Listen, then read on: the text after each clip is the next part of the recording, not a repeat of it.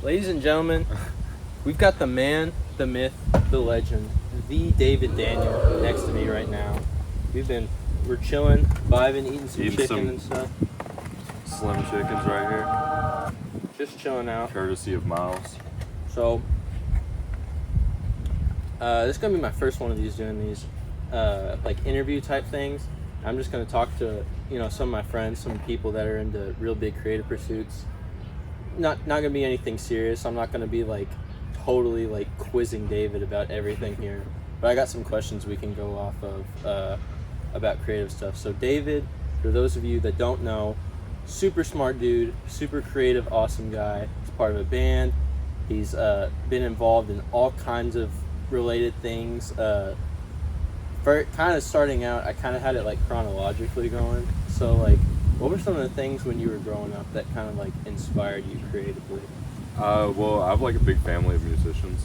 So, dad was a musician, grandmother was a musician, but I like honestly generally wasn't interested at all until I was started to become in like fifth grade ish. Started to like play drum set, pick up bass and guitar a little bit. So as far as musically goes, that's where a lot of that started.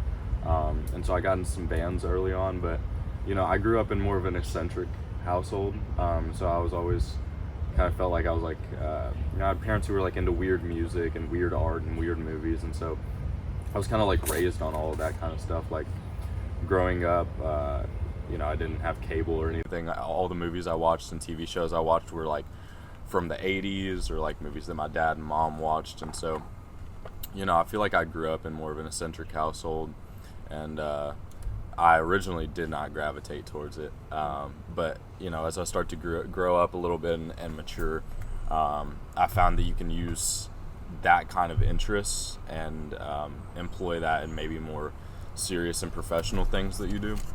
So I've always tried to find ways to make ordinary things kind of a little more special by bringing something creative into it, or even weird if you want to call it that. But so I was trying to put my own flavor on things. So do you think like you wanted to be like different when you were younger, just because your family was so into music? You kind of wanted to like do something a little that wasn't the same as that? Yeah, I mean, I definitely like have wanted to be like many different things throughout my childhood. Like I've wanted to be an actor. Yeah. Shout out the Bloody Man. Yeah, I had another question on here about that. Okay, so there's kind of a little backstory to this. When we were in middle school, David actually starred in a film, a horror film called The Bloody Man. I can put some links into it. Kind of throw a clip in right here. Yeah, throw a trailer and different stuff. And it kind of became the butt of jokes that he was like this big shot Hollywood actor, and we all like used to tease him about it, and he would get all embarrassed. But like low key, it was pretty like inspiring when we were younger to see you like doing big things like that. I think a lot of people like, we used to tease you about it, but it was also like partly jealousy, because we were like, man, that's so cool, I can never do something like that. So like, what was your experience being on like a set like that and being around a bunch of like filmmakers and creative people like that? Yeah, I mean, it was awesome, and I hope to get back into it at a certain point, because I haven't done a lot of acting since then, because the closest place you can do acting is maybe Atlanta. From here, it's 6 hours away, and you have to like live there. So it was definitely like a really interesting experience. Because I gave that entire summer between 6th grade and 7th grade to doing that.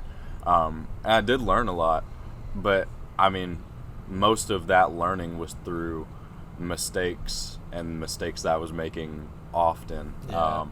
And so it was a really stressful environment. Being like at that age too, you're going from 6th grade to 7th grade is like a very, I don't know what you'd call it, but It was just like a strange time to be involved in all that. Yeah, and get like critiqued on things that you didn't even know could be critiqued by, and so you have to be like really self-aware, and so I think it grew a lot of maturity from that. But there was definitely a lot of pros from the entire experience and some cons from the entire experience, because there were like lots of restless nights where I would film from 6 p.m. to 3 a.m. and then I would wake back up at 6 a.m. to do a morning shoot until 3 p.m. And doing that when you're like growing and developing and probably should be getting like 10 hours of sleep a night. For real. And I'm like on Pop-Tart diet. But I wouldn't give it up for anything. It was super fun. Connections I made from that were amazing. But like, does it apply to what I'm doing right now? Because I'm not doing acting or anything like that. But I still feel like that kind of experience, like being able to overcome something like that, self-analyze, has really helped me in like current, maybe more professional things. Yeah, it was a cool way for you to grow up and learn different things of what you wanted to do. Yeah, definitely. So I know kind of a rough timeline because I've been friends with David for a decent bit of time. Wow. But did like stuff like that, you've been involved in a lot of interests. You talked about drums and stuff before. You did a little bit of acting like that, but you were also heavily involved with academic stuff, like academic team and stuff. You've been really pivotal in roles like that, building up stuff through our high school and middle school and stuff. Did having multiple interests like that limit you, or did you feel like it, helped push you to do a lot more things? Yeah, I think about that all the time, because I've definitely I've thrown myself in about most of the things that you could throw yourself into. Like growing up, I wanted to be like a basketball player, and then I started acting, and then I started doing music, and I like skateboarded for a while. Like I've tried to like just throw myself into all the things that I can. Yeah, you're a very diverse personality. And so I think about all the time, like, because I'm interacting with these kids who are, going similar places to me, and it's like that's all they've ever done. They're a coder or whatever. They're doing computer science, and all they've done since they were 5 years old was code and do computer science. Or you take that with any of these disciplines. Like most of the people that I'm interacting with at those higher levels is like that's been their thing since they were young, and that's been their like main thing.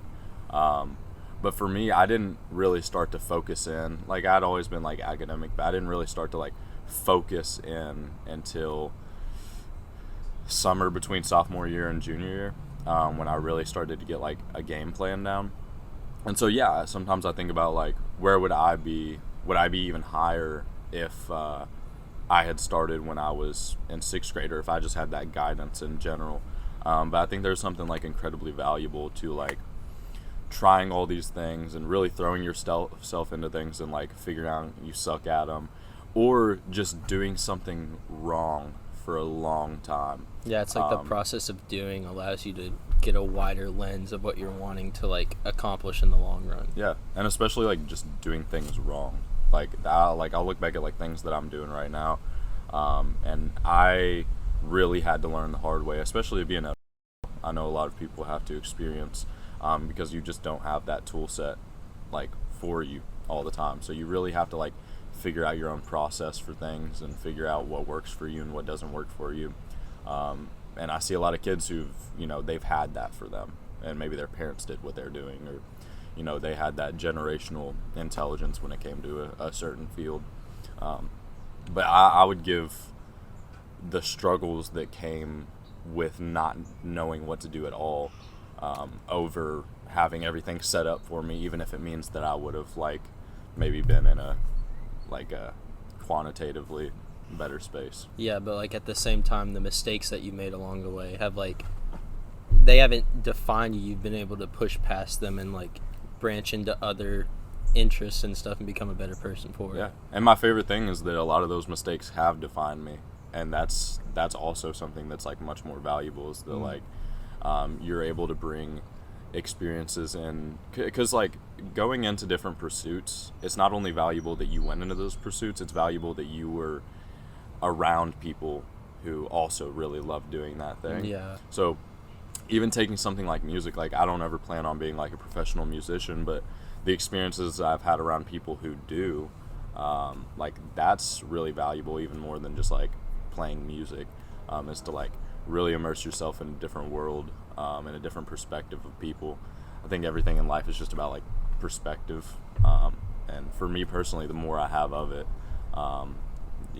the more understanding I feel of the people around me. Yeah, so sure. Talking about your band like that, about surrounding yourself with people, like I watched you guys perform the other day. It was freaking awesome. You guys had a bunch of different songs. It was like a a widely different catalog, so you guys are able to get into a lot of different like genres and stuff. So do you think like being a part of a band, do you think that is the greatest way you guys learn to play together is just by, you know, spinning off of each other and getting those different ideas flowing when you guys meet up? Definitely.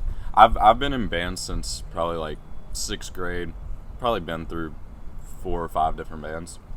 And I'll tell anybody, being in the band is the best thing you can do if you want to start a business one day, if you want to have a relationship one day, like if you want to, it goes to any other type of situation, because you really have to start to figure out, you know, how to work together and what kind of people you work best with and what kind of schedule you work best with, because I've been through a lot of like failed projects, and so I've kind of gotten together like as far as music goes, but I related to my like general life, like the order of important traits for me. And it's like, all right, you have are they a good person to be around with?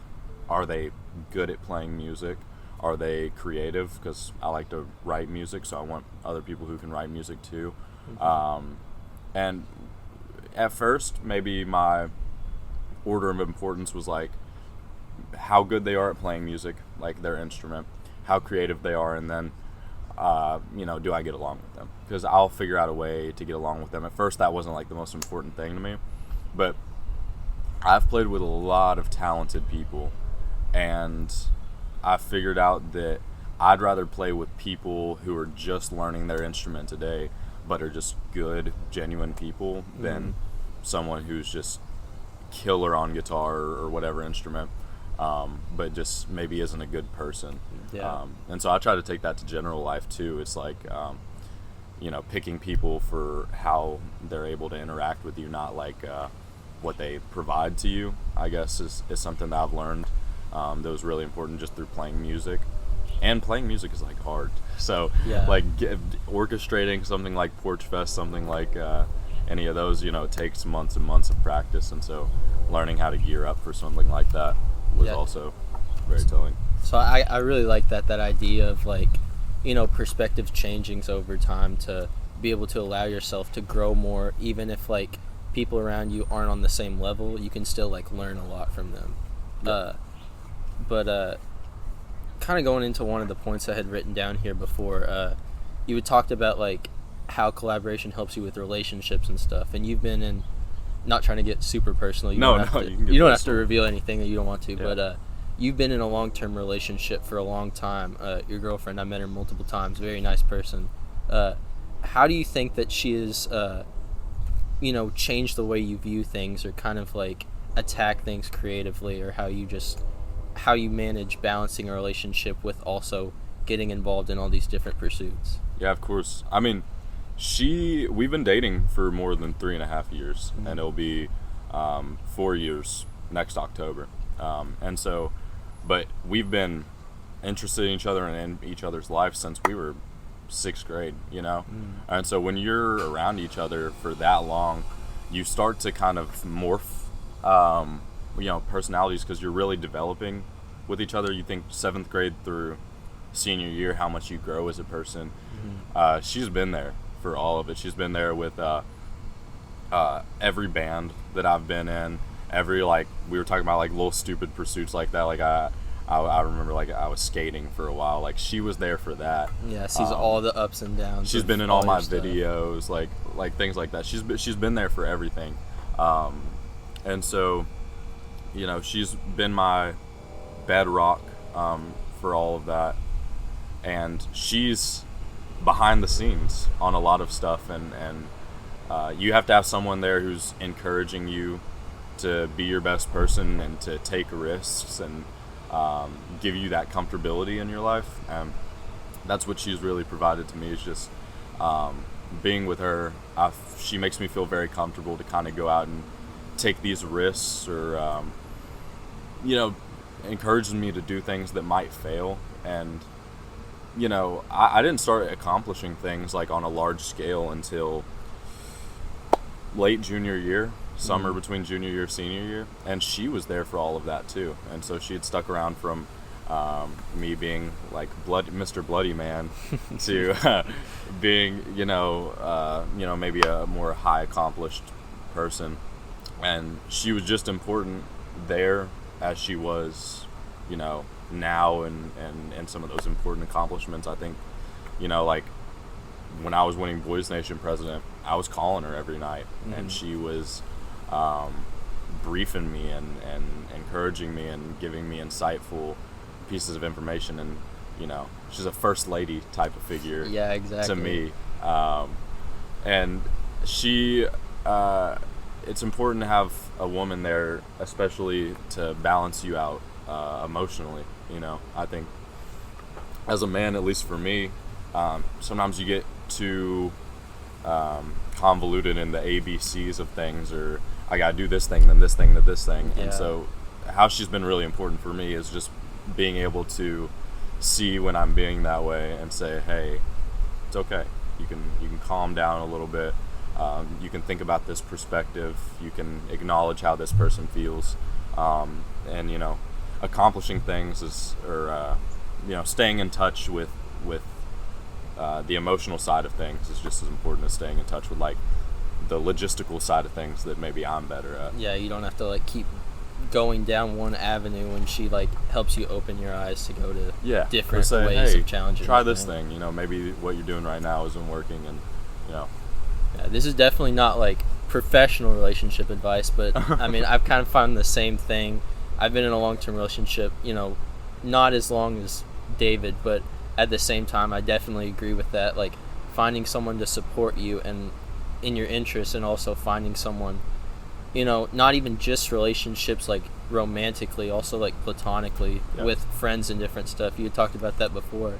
Like it's important to find people that have good character and people that understand, not just when you're up, but also when you're down, being that support and helping you, see things in a different light.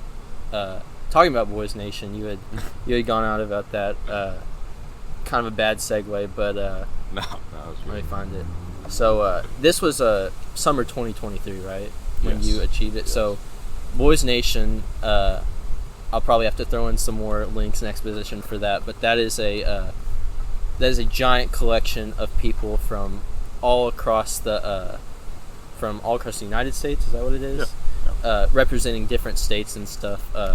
David actually went through, rose up the ranks and won the presidency of that, becoming the first Kentuckian ever, I think. 77 years. Yeah. In 77 years of the program. It was like really, really impressive. Really kind of bent a lot of different things, a lot of different perspectives.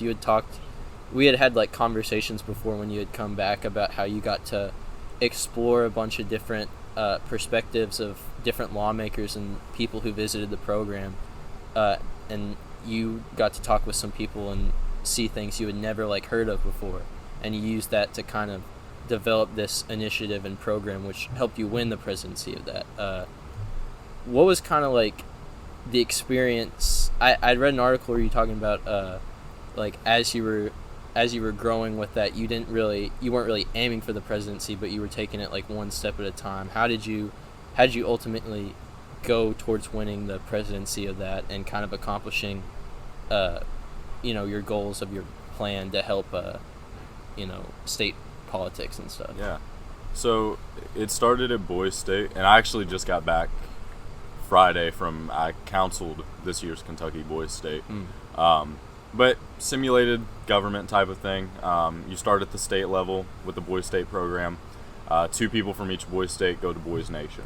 So you end up having basically a Senate at Boys Nation, 2 people from each state. But people in Kentucky haven't heard of Boys State, just generally. But you go to a state like South Carolina, Texas, everybody's heard of it. That's just what you do. Bigger deal than Michael Jordan did it. Presidents did it. Bill Clinton did it. It's just part of what you do. You're between junior and senior year. You go to Boys State, and it's fun. You'll have thousands of people there. Ours, 24 people, smallest in the nation. And so I had a much different experience. Like I go on the Instagram page for South Carolina's, and I'm jealous. They've got like face paint and war paint on their big flags. Was that a little intimidating going into dunk stuff? contests and stuff like that? No, it was definitely intimidating because my experience was completely different. And I'm at Boys Nation, and the other people who were there, they just came from like Texas or whatever, and they were 1 out of or 2 out of 1,500 people, and I'm 2 out of 24. So I'm like, how am I going to compete with these guys?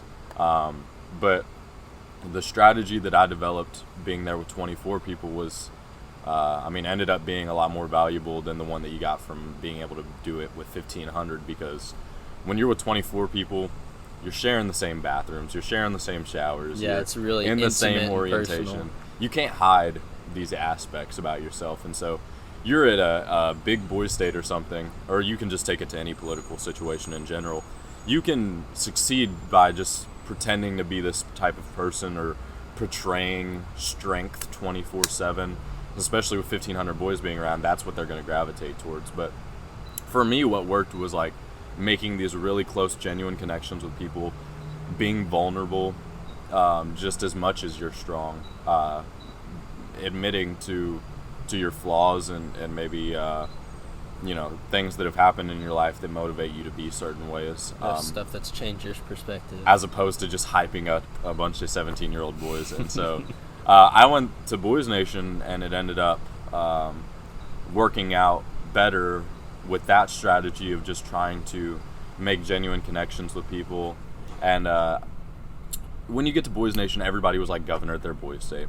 So they all try to run for president. So I'm sitting there on a stage with like 30 out of the 100 people who were there, all getting ready to give speeches about being president. And some of them grab the mic and yelling into it and hopping off stage and that kind of thing.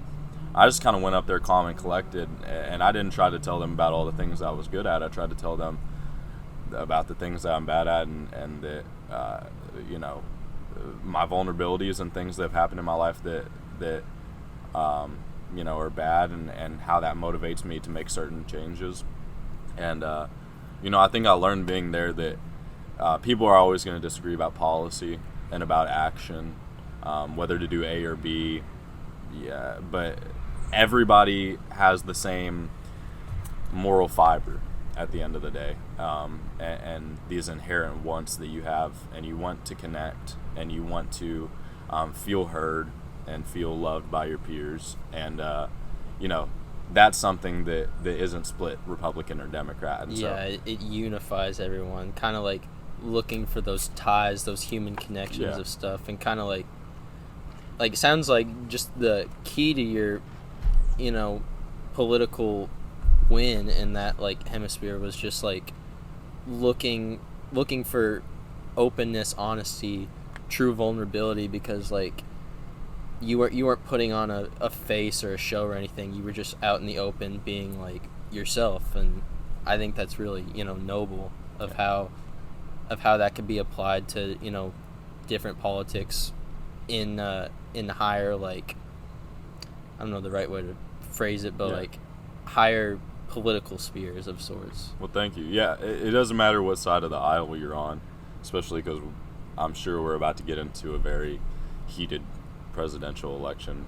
But yeah, I think if everybody focused a little more on the things that make us human and less on the things that make us Republican or Democrat, politics would be better, work would be better, general human interactions would be better, because it doesn't matter what state you're from or how old you are or what gender you are. Everybody wants what you were saying: honesty, integrity, and the most out of the people that they surround themselves with.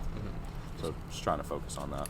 So kind of over like transitioning from that, to the future of different plans and stuff you have right now. You've talked about, have you gotten into a lot of different things, and stuff is just molded and changed based on what you've been doing, what's interesting, what's working, what is kind of like fulfilling you. And so originally after that, the Yale Boys Nation thing, you had kind of like, I remember setting your sights on Yale, looking at like a future in politics and different stuff and law and different things. But now you've transitioned your congratulations, by the way, on Harvard. Thank you. You're getting ready to go to Harvard and study computer science. So what was kind of that transition, and what kind of made you split the decision between the two universities? Yeah, it was definitely a change. I agree.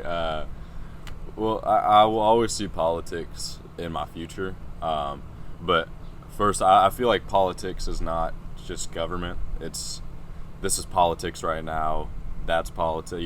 Work is politics. There's an element of politics to everything, because to me, politics isn't like holding an office. It's serving those around you and connecting. And so, I don't feel like I have to immediately start being like an intern for somebody in Washington, D.C. to be involved in politics. I feel like I can hone those no matter what I'm doing. And I'll still be involved in political things there. That's not something I can separate from myself. But I have goals outside of that, of just taking care of my family, having a family, having kids, taking care of a wife, taking care of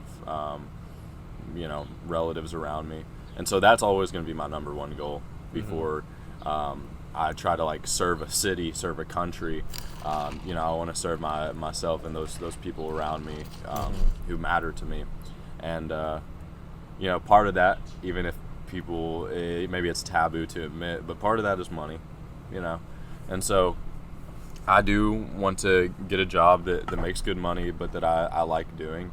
And so I probably won't go into like being a Google coder or anything, but I'd like to own a business, and having a background in computer science and economics, which is what I'm planning on doing, which very well might change, but that interests me. And then what I'm planning on doing is going into consulting, where you're working with companies to kind of help them solve their problems. So gives you a lot of perspective on how big companies are operating. And if you think about it, the United States is a big business. There's like a wide variety of people you can service and consult and help. Yeah. You want to make money, you want to give people jobs, you want those people to be happy. It operates a similar way. So if I can make money, provide for the people around me, and then get later in my life, build up that expertise, I'd think about getting into politics. But that's a thing for later on. And right now I've also noticed that if you're able to make your own money, you have a lot of more freedom in politics just by talking to people who are in politics. And your kind of discussions of, being a noble politician and getting into like, being honest and having integrity and stuff. At the same time, there is kind of like a trade-off with money and economics, because, sometimes the loudest, harshest, most, staunchly opposed opinions kind of win more dollars than someone who's like trying to be, open and having honesty with what they're doing. 100%. I mean, even the term noble politician is kind of like you'd think of it as like a contradiction in modern day, just because everything relies on money, especially in politics, whether we like to admit it or not. And so the more that you're able to self-fund and rely on your connections instead of the connections of other people who in turn are going to ask that you advocate for what they want to see, and that doesn't matter if you're running for U.S. president or running for like mayor. The more money that you're able to like self-fund, the more control you're going to have over like just being your honest self. The more change you can impact with others. Yeah, you had kind of talked about earlier different sides of your brain when we were talking about relationships, how like sometimes you're more logistically minded, but you also have this giant creative side, and kind of like talking about the scale of your passions versus what makes money and what can help raise a family and stuff. Would you say that you're kind of more like creatively rooted, or that you're more like straightforward and like logistically minded, or is it kind of like a mixture of both?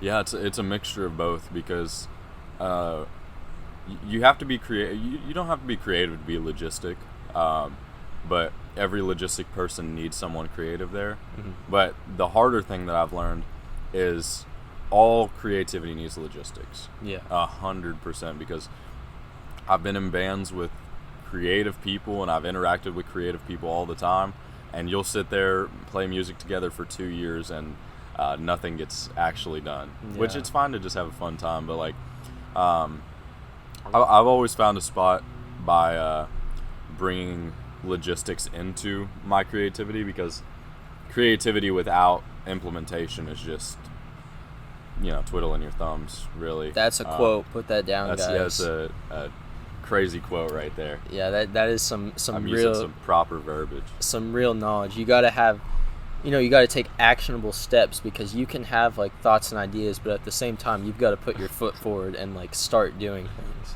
Yeah. Like even talking about this now, like I just had an idea to sit down and talk with some creative people and creative pursuits, because I'm on different interest sides and levels as David, but at the same time we can bond and share types of creative pursuits and things we want to get into, because we're both wired in like that kind of way where we want to pursue our passions and make a difference in the world. But at the same time, like you're talking about, you need just kind of like a fall guy in the back being like, okay, this is what needs to be done in order to like take action towards those things that you want to do. No, I love it. It's been a while since I've been the one on this side of the camera, but it's fun. And you're exactly right. And that's why every team you have like a creative department and maybe more logistical people, but you got to think about it just in your own life too. Not even because I'd always, if I want to really focus on my creative side, I can always bring in people to take care of the ins and outs of things. Like in my current band, I wouldn't say that I'm the like the logistics guy. Dylan Kirk really handles a lot of that, but I do try to bring maybe more common sense or creative things to it, which we have a great cast of people. But you got to think about just in your general life too, how you have to mix those things between living creatively and living logistically, which those are decisions you have to make every hour, even whether there's a really good ideation in a book that I like, and it's about optimizing luck. And it's this idea that we think of luck as like this might happen, might not thing, but there are things that you can do just in your everyday life to kind of make you a luckier person. And it's like a game of probability. The more you push yourself and the more you kind of break out of your comfort zone, the closer you can get towards lucky probabilities of winning. Exactly. Stuff. It's as simple as like staying inside or going out for a walk, doing something like this versus not doing something like this, with maybe no expectation of maybe where it will lead to or what the end goal will be. And kind of bringing it around to the beginning, you were talking about like some of your most defining things from when you were younger helping you now were the mistakes you made, and kind of jumping 2 feet forward into something you had no idea what you were doing, something that might have been scary, something that people might tease you about or something, but in the end it works out for you because you get the ultimate gain and like the ultimate help from making those mistakes, because it makes you a better person now. Yeah, and it's made me luckier, I guess, by like going out and doing things that people normally wouldn't do, with no expectation of it working out. Whether it works out or not, people are willing to come up and say, acknowledging what you're doing and the direction that you're going in. And nobody has success on their own, regardless of whether it's a creative thing or like we're talking about a logistical thing, a left-minded thing or a right-minded thing. Nobody gets to where they are just simply by themselves, and sometimes it's just about meeting the right people. But meeting the right people sometimes is up to you in taking those risks to get to know new people, and and it's like a challenging thing to start. Exactly. So do you think would you say that you have a built-up support system of people that can help you through some of your issues and problems when it comes to anything, not even just creative or logistical, just like, you talked about the emotional side, just people that could help you through those struggles. Yeah, definitely. Well, I feel like a lot of that comes from just like my mom and my dad. So not to get personal or anything, but no, feel free to do anything you want.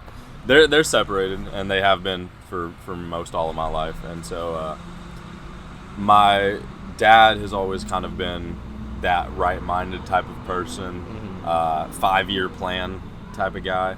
And my mom has always been more of like a traveled person, very artistic. And my kind of whole family is really divided like that. And so I've always had to balance that, I think, just because of where I've come from and being in that house versus that house.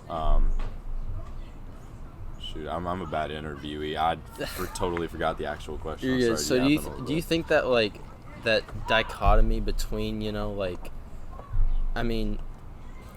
I've never had to deal with divorce. I've heard people discussing it. It hasn't really been a prominent thing in my family. Most of the people have stayed together. But do you think that like that separation between parents and both different minded things, do you think that kind of like helped you to be able to take ideas from both sides of your family and kind of create a union in yourself? Yeah, that's what we were talking. We were talking about emotion too, but yeah, molding those two ideas together, having those separate households where, it was crushing at the time, but I think over time it's been like my greatest skill set, is that I'm able to kind of be productive and really set goals and achieve those goals if I put my mind to them, but not doing it in kind of a heartless, soulless way. That I've always prioritized being a good person and doing what is right to me over achieving some sort of goal.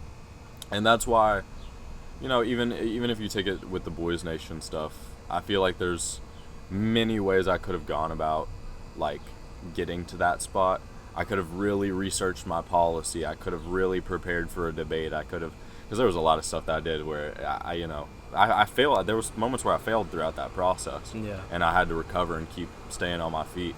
But if you always prioritize that human side of yourself and what really matters to you, there's no failing, because even if you don't achieve your goal, you remained you and a human. And so that's kind of my goal when it comes to a lot of things, is that maybe there are situations where I know how I can like win, like I know that if I do A, B, C, D that I win, but I'd rather fail being myself than succeed by doing something that I know is wrong. Yeah, that's really powerful. Sticking to your, just sticking to your guns, being strong in yourself. That's a really like, I don't want to say rare trait, but at the same time, having people that can embody that self-confidence, but it's not like narcissism. It's just like knowing yourself, knowing your limits, but also what you can do and what you can achieve. That's like a really valuable trait, in today's world. Before we continue, I have a really pressing question that has been bothering me all week. Why do they call it taking a dump if you're leaving poop in the toilet? Okay. So it seems like you're stealing the dump. But at the same time, you're going to the bathroom and you are actually, in the process of pooping, leaving it rather than taking it. So why do they call it taking a dump? So should we say like giving a dump? Is that the new leaving phrase? A dump? I think we should look into that. Leave a comment down below. We'll drop a poll. The new phrase should be called giving a dump.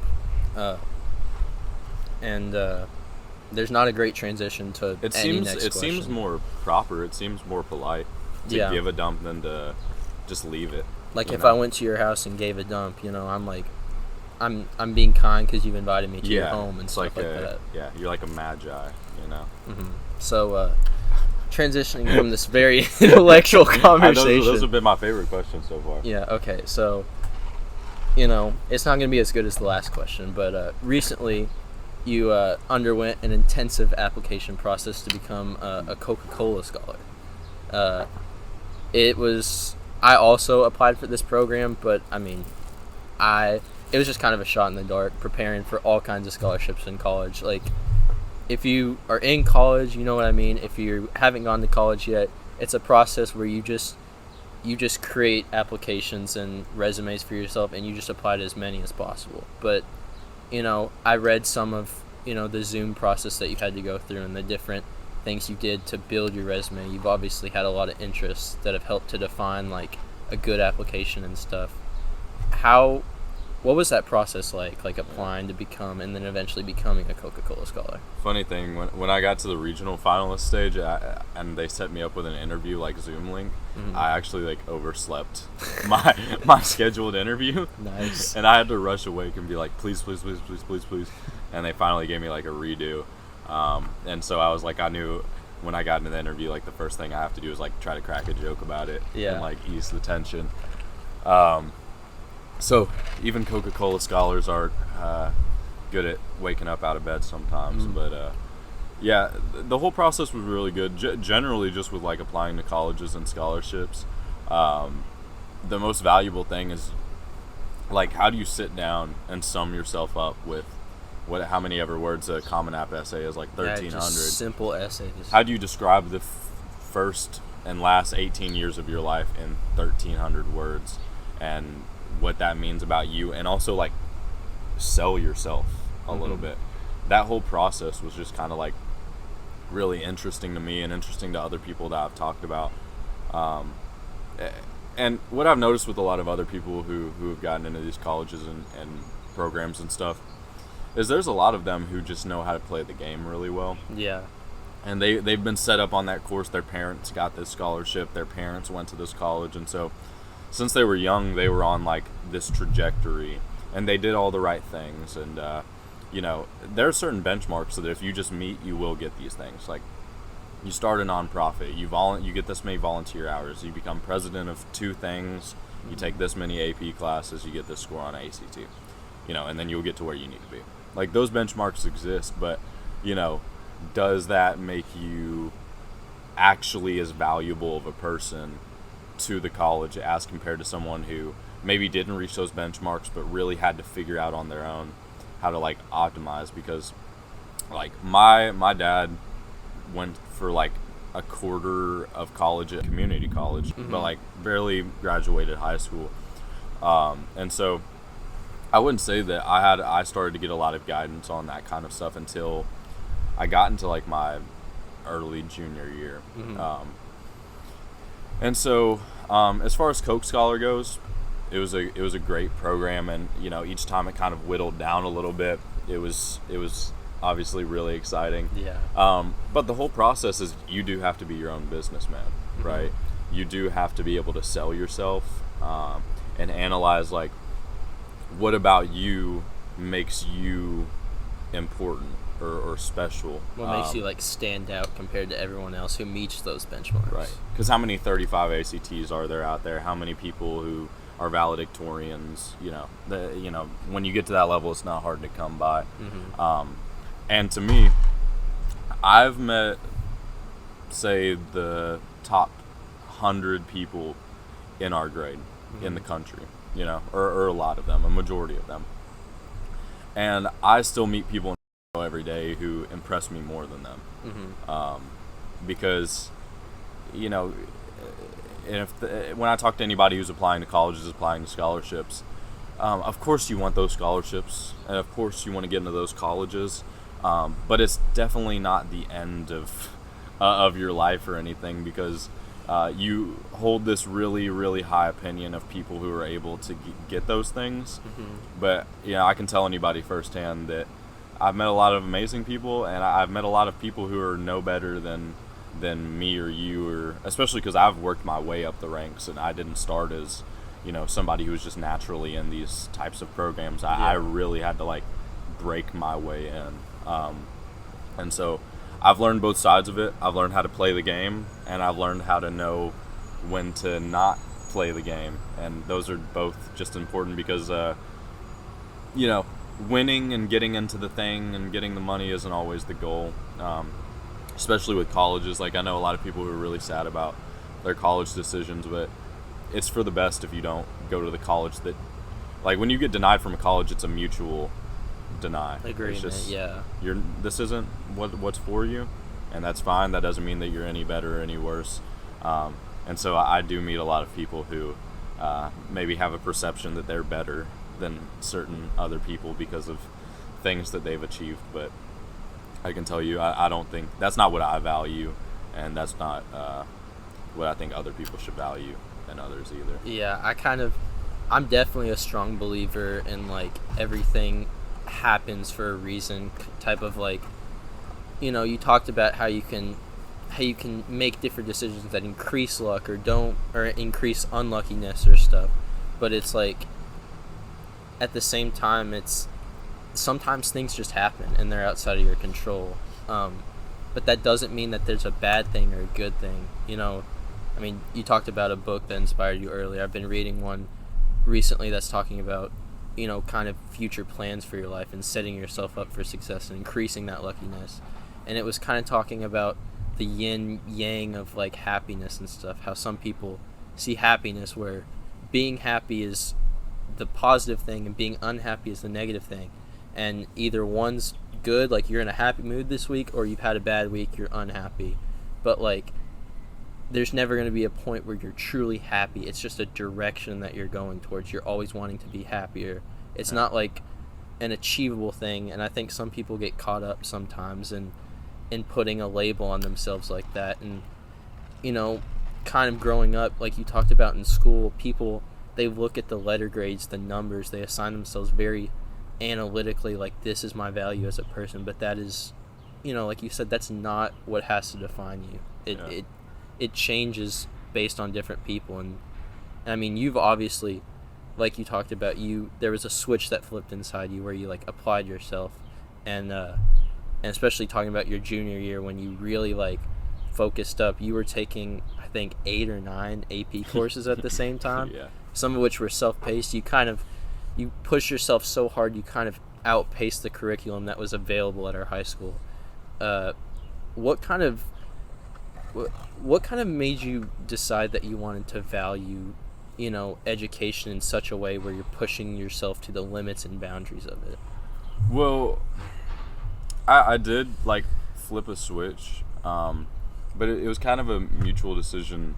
I remember like legit kind of having a crisis between my sophomore and junior year, where I don't know why I thought this, but kind of the idea in my head the entire time was like, my senior year is my last year. So I was like, oh, I can just like calm down, and then when my senior year comes, like I'll really start going hard. But really, like your junior year, when it comes to like colleges and applications and scholarships, your junior year is really your senior year. Well, it's such a pivotal moment because you're taking a bunch of placement exams and you're setting yourself up for the application process. Yeah, I mean, the classes you take in your junior year is what goes on your application, your scores from that year, your activities from that year. So I had this realization from sophomore year to junior year where I was like, oh my God, this is actually my last year, and I don't know why I never even like thought about it. And so like in the middle of that crisis, I was kind of like, all right, what do I need to do? What are the steps? What are the goals? Let me tier it together. Like, here's what I have to quit, and here's what I have to join, and here's what I need to stop doing and start doing. And after a while of doing that, I kind of realized that it's not about like what you have to stop doing or start doing. It's about how you take all those things that you love and all those things that you do, and how do you describe that in one sentence, and how do you sell yourself in that sentence? Because that's the other thing that I've learned that I wish I would have been told at an earlier age is it doesn't matter what you do. Like I'll have a lot of people ask me for advice sometimes, and maybe they're in their sophomore, even freshman year sometimes, and it's like, what clubs should I join? It's like the ones that you want to join. Yeah, it's about passion and what you want to explore. And I'm telling you, there are ways to optimize it. Like, if I sat out here and I gave you a plan for like, all right, here's how you're going to get to Harvard, you would get in. I would say step 1, join this club, this club, this club, stop doing this, and you'd probably get in. And I've interacted with a lot of kids who that was their plan, and it works. It really does. But you gain so much more by, instead of like trying to switch who you are, learning how to better like channel who you are and like describe that in one sentence, and then use that to your fullest. Because you can get into Harvard by being like a basket weaver if you wanted to, but you started a basket weaving course, and you like sell nationally, and you host like a basket weaving convention. It's like you would get into Harvard too. It's like how far you're willing to go with what you're interested in, what you're passionate about. Yeah, you got to take who you are and just epitomize that to like its fullest. Just dial it all the way up. That's what I've tried to do. Is like, there have been things that I've had to scale back, but I didn't quit anything, and I didn't start anything new. All that changed was that I took all of those elements about me, and I really tried to focus in on like who I am as a person, and push that to its limits instead of like pushing academia to its limits. Like, instead pushing curiosity to its limits, and pushing like self-epitome to its limits. So I guess kind of the way I phrased the question, originally was asking about academics, but I kind of had it in the wrong headspace. It wasn't it wasn't more of like being like, okay, I'm gonna beat school. It was like It was like, I just want to improve myself and make myself the best of who I can be. And that's kind of like a one-liner that all the elementary schools would say, like, you gotta be the best you can be. But what that really means is, like you said, just taking your interest, and then how can I do something different with this? How can I push it to its limits? How can I be better? And I guess that constant pursuit of being like just wanting to be better rather than being the best of something is probably how you got to that level. Oh yeah, definitely. And I've met people, you talked about beating high school, and I think that's funny because I've met people who have beat high school. Like, genuinely, like, they took every single AP class and they passed them all, and they were valedictorian and class president, and like all these things. But the good thing about trying to maximize being yourself, even if it's corny sounding, the good thing about trying to maximize being yourself versus trying to like beat high school is that you can't fail at trying to maximize being yourself. Because there have been times where I've like failed beating high school. All right, like I won Boys Nation president. I came back and lost class president. And the reason that I didn't like take that too much to heart, because I do like winning. That's just like, well, it's like an innate human desire. It's probably you tried to, there was like a point of minimizing, but at the same time you were, like, for anyone that doesn't know, David was our class president for like leading up all the way, and then there was that point. So was that just the change, just seeing that the class president was like, you didn't need that anymore? Yeah, that's where I was thinking, is like, and just even your question kind of made me realize that like, if my goal was to beat high school, losing that would have destroyed me. Yeah. Right? And that would have like, I would have sulked for months on end. Well, and it would have put you into this spiral where you're not maximizing yourself. And I would have like been racing to like gather things up and like make up for it and compensate for it. But since my goal wasn't to beat high school, it was kind of just to like engage in as much curiosity as I can. I didn't see it as a failure. I saw it as an opportunity to get to replace that with something new that I've always wanted to do. And like, or like pour that into like interpersonal relationships. Like, maybe I'm able to like have a different type of relationship with the people that I go to school with now that I'm not like having this extra thing. And so I love doing it.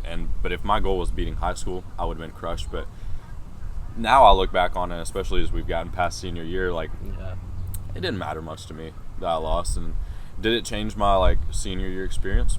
Probably, I'm sure. But did it change my life experience? No. And generally, I think it's better, because that's why failure is almost a good thing when you have the right priorities, because you're able to take that and turn it into an opportunity for something new. So that's what I tried to take it as. I definitely support that idea, like, wholeheartedly, 100%, that like some people really, like you talked about, get crushed by failure, and it's just like anytime they fail, it just hits them so deep to the core of their being that they they can't like recover or come back to a better state from that. But like your failures define you. It's not like, and that's okay. That's not like a thing that has to weigh you down or anything. And especially as we start to like, I mean, it's a weird time because we're all like getting into life. Yeah, now. it's a transition period. And all these people we've been together with since, I mean, some of y'all since y'all were like 6. I didn't start in city school, but y'all are starting to go different ways. And, you know, sometimes I get interacted with weirdly because, I don't know, I hope people don't feel like because they're not in their mind like achieving at like a high level that they can't, like, they have to feel uncomfortable talking to me about things. And I don't mean that. I mean that in the opposite of a cocky type of way, because no, I completely understand. when somebody tells me that they're going to community college, but what they want to do, they're really passionate about it, that gets me so excited. Like, that gets me excited for them. Like, it doesn't matter if you said that you were going to here or you were going to here. What gets me excited is that you really enjoy what you're doing. Like, I've talked to people who are wanting to go into automotive and they're wanting to like have a car business and all these things, and that excites me so much more than somebody who's going to Yale and they're being like, oh, I guess I'll figure it out, and like, this is cool, and like, you beat high school 100%. You're good. But I like to see people like really excited about what they want to do, and like you're saying, like the priorities, because I know people who are going to community college right now who I know are going to achieve more than a lot of these people who are going to Ivy League colleges, just because their focus is different. And so, I don't know. I always really like that. Or like when somebody goes, I don't even want to go to college. Like, I think that's awesome too, that you're able to, or that you're able to say, here's what's best for me, and I'm going to go do that thing. And even if it's not the thing that I wanted to do or the thing that I'm the most proud of, like, I'm going to use this opportunity to really maximize like who I am as a person. It goes right back to what we were talking about with like even like the little analogy about class president. Yeah, it's the same type of thing. And if you focus on being yourself and being as curious as possible and being as outgoing and nice of a person as possible, it doesn't matter if you go to Harvard or go to community college, you're gonna have an amazing outcome. Yeah. You know? So kind of transitioning that, you talked about, you know, you reached a point in high school where it was like, where it's the senior year, it's this transitionary period, and some people, like, at least for me, there was this moment in high school like that I reached where, you know, I had done soccer for 7 years, just incessantly all the time. I was really engaged in it, really passionate into it, and then it like ended, and then I didn't know how I was supposed to feel, and then all these things I had been doing like hardened to the pain of everything. It slowly starts ending, and like I had this realization that like you said, this period of growing up where everything is new and everyone starts out on this level playing field. And like I guess you kind of talking about this has like opened my eyes a lot about, like, you know, it's not the name of like a university or something, or even going to a university, or like what you're doing that defines you. Like you said earlier, like what you do doesn't matter. It's like who you are. Like you said, it sounds corny, but at the same time, there's a bunch of truth layered in between the corn of everything. Yeah, that's a good one. Of like becoming a better person in that thing. And I think at least for me, now that high school is finished, like a lot of things have changed for me mentally, where I've been, you know, you talked a lot earlier about, you know, surrounding yourself with people that have like good character and good heart and stuff, and people that are kind of on different wavelengths and different paths but have that passion and drive.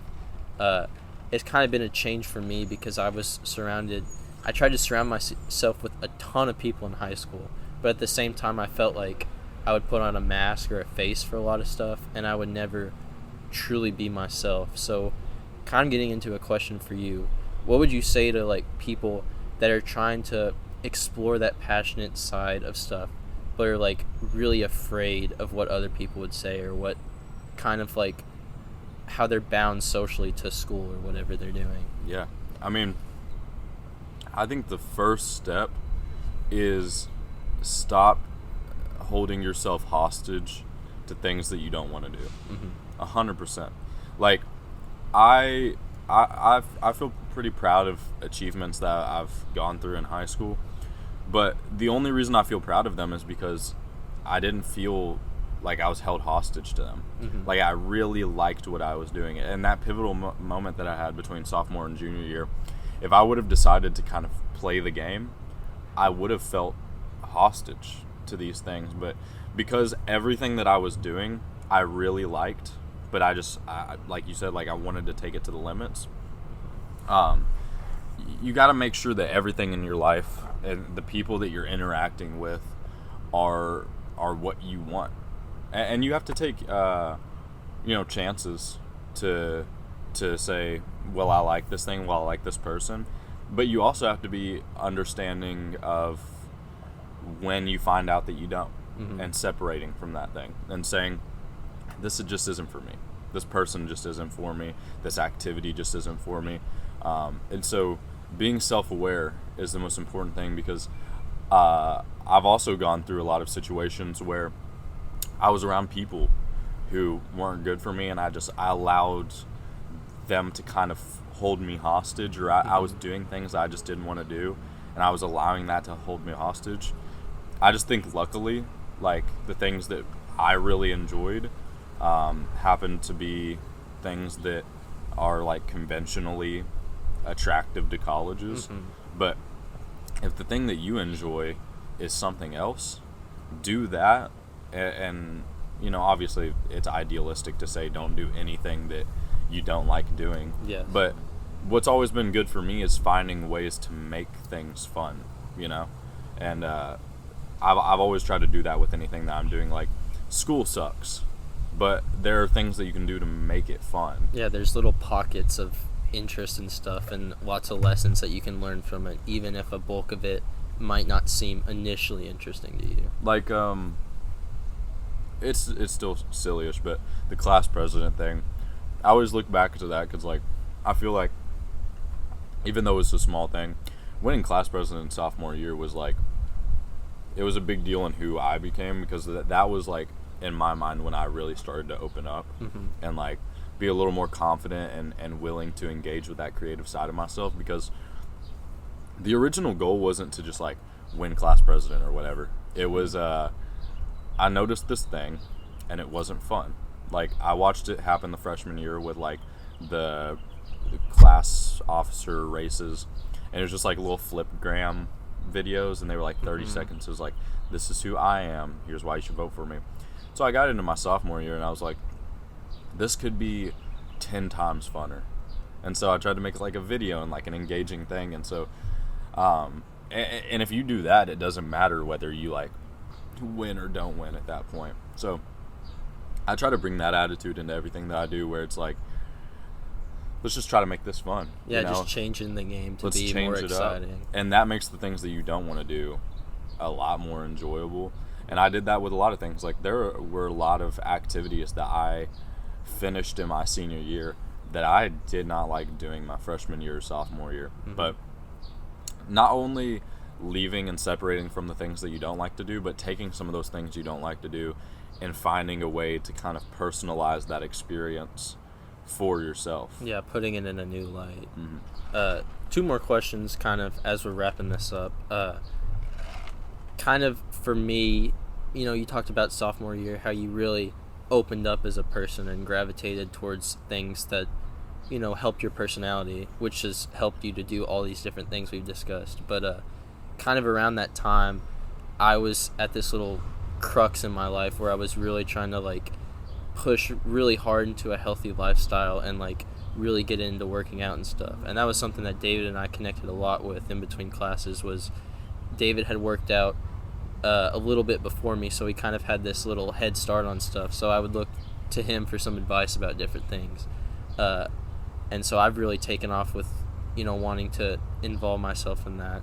But one thing I haven't involved myself with was that I watched him get involved with was jiu-jitsu. And so, like, I don't know if you're as into it now, but, like, what was your experience with that, and why did you get into jiu-jitsu and, like, I guess a healthy working out lifestyle type of thing like that? Well, I'm looking a little scrawny right now, but I'm going to go to the gym after this. He's going to get that I'm going to go lift after. But, yeah, I mean, that was definitely something that I lost, like, when I started to really focus on academics, as I did start to get lost from, like, general health. So that's the thing that I've been looking forward to this summer and, like, doing this summer is, like, really just focusing on not even physical but mental health, too. Really just honing in on those aspects of life. Jiu-jitsu is super fun, though. I'm gonna start going back soon. I had to, when things were getting real intense with college applications and I was barely in town and stuff like that, I kind of put it over to the side. So I'm not in it right now, but me and friends are going back pretty soon. And when I'm in college, I'm going to be into it again. And hopefully that's something that I can be in for the rest of my life, because it's real good cardio and it's really fun. The return great community. To Master Davey, guys. Yeah, it's I coming. will be Sensei Davey. He will be.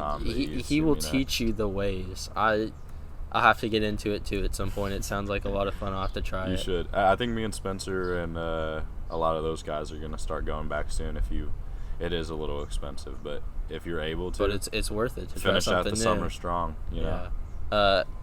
And then kind of last question is, we've talked about a lot of stuff today. A lot about, really personal stuff, desires, stuff growing up, stuff now. But kind of, we've talked about the future a little bit, but looking even further past, what advice would you give to people, who are kind of just starting out with stuff? And then kind of a question after is, what's the future look like for you now that you've really connected with yourself and you're pursuing this, pursuing your computer science degree at Harvard? What's past that point?